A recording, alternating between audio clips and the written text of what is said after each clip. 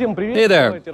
If we can just throw a top 10 list into the mix to complement our competition, project, and product reviews. Alright now, let's get this party started. Today we'll show you our top 10 most windy project cars. We'll remember some of the cars of the past, which either don't exist today, or that do still exist but moved to another country. Our subscribers definitely know what car I'm talking about. Today you'll be the ones to decide which project car is the loudest and the windiest, and generally the one you like best. Let's have a look. I used to follow our foreign colleagues, just like you guys. I was interested in how Steve Mitz did his thing, watching people's hair swaying out of windows. I was generally curious how those foreign cars were made, using them as a point of reference. But now the tides have changed.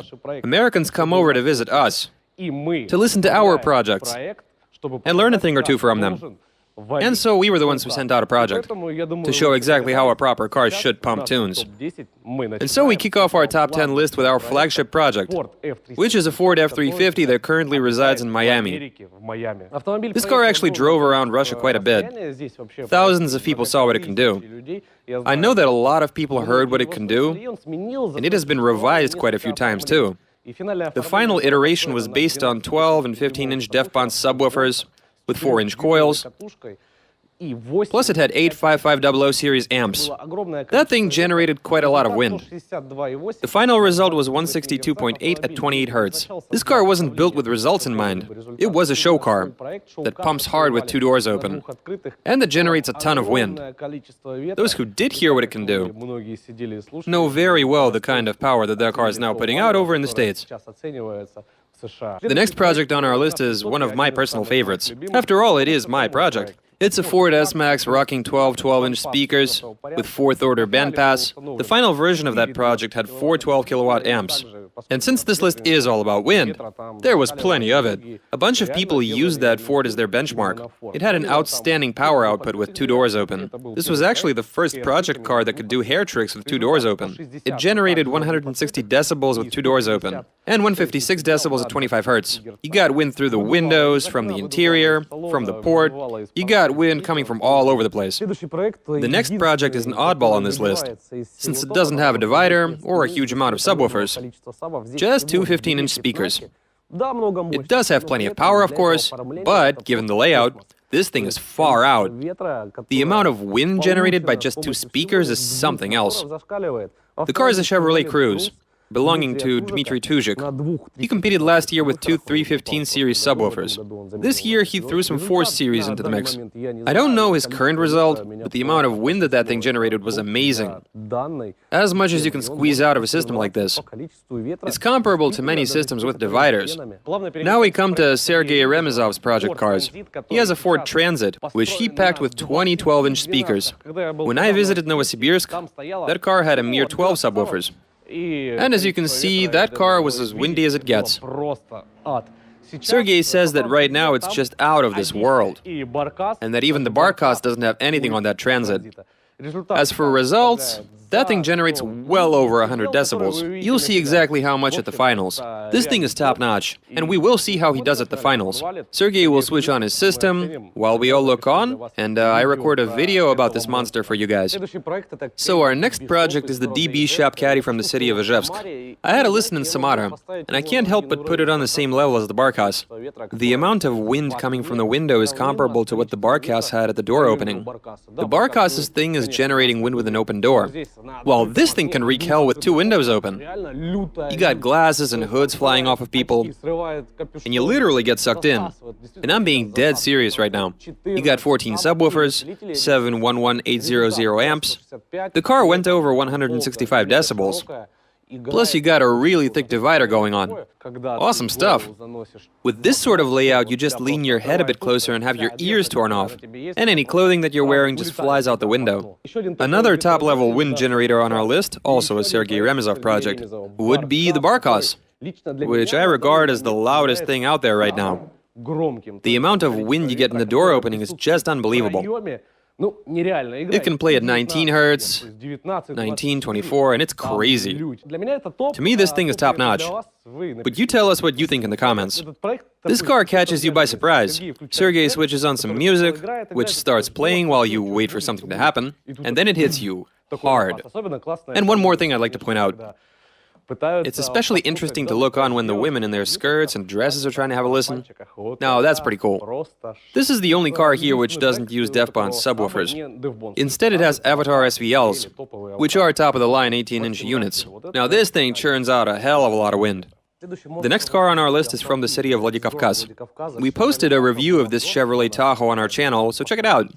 Last year, this car was sporting 16 subwoofers, but this year it has an even better setup. The car lost 4 of those subwoofers, which allowed for optimizing the calibrations a bit and achieving a result of over 165 decibels, with virtually zero effect on the amount of wind. It's also pretty good with 2 doors open, but when you crank the frequency up to 40 to 42 Hertz, that's when you get torn apart. Just like every other project on this video, this is one of the windiest cars on the Russian car audio scene. Now it's time for us to cover the most popular project cars, which are pretty much deities in the world of car music.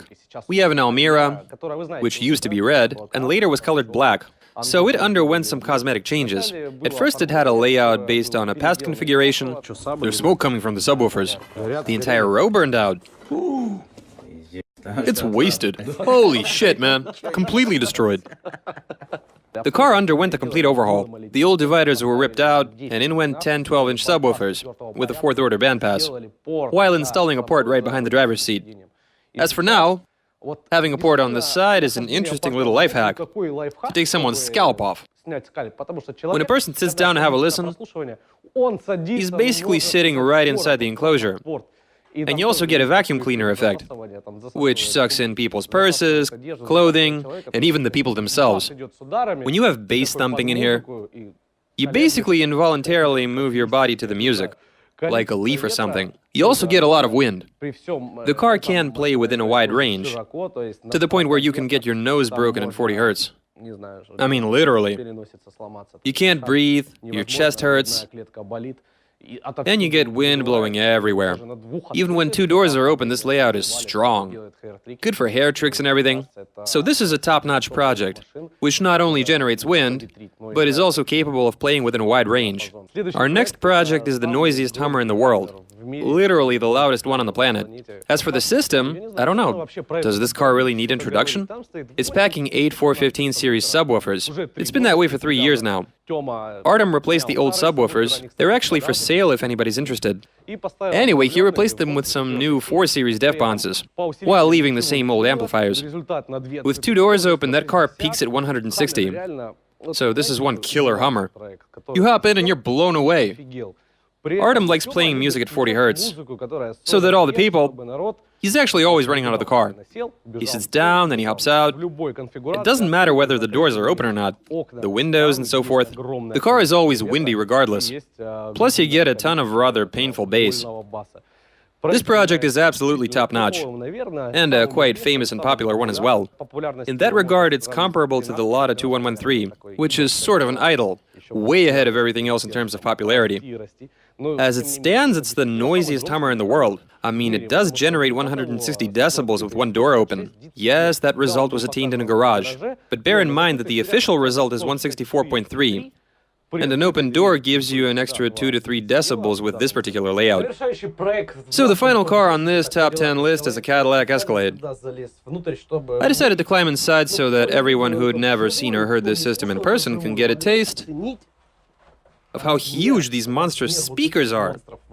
These are some 32-inch subwoofers. They are the largest and loudest subwoofers, and the windiest ones out there too. This project has become something of an amusement park ride. Everybody wants to get inside the port. This thing generates tons of wind. Even when you have 2 doors open, the system can do hair tricks. Now let's just...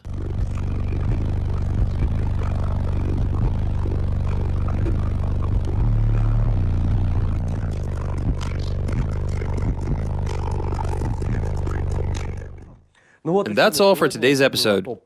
You were watching the top 10 windiest project cars in the Russian car audio scene. Feel free to make some video suggestions, like the loudest front, or the car with the highest result. I'll be waiting for your comments. And don't forget to vote for your favorite project.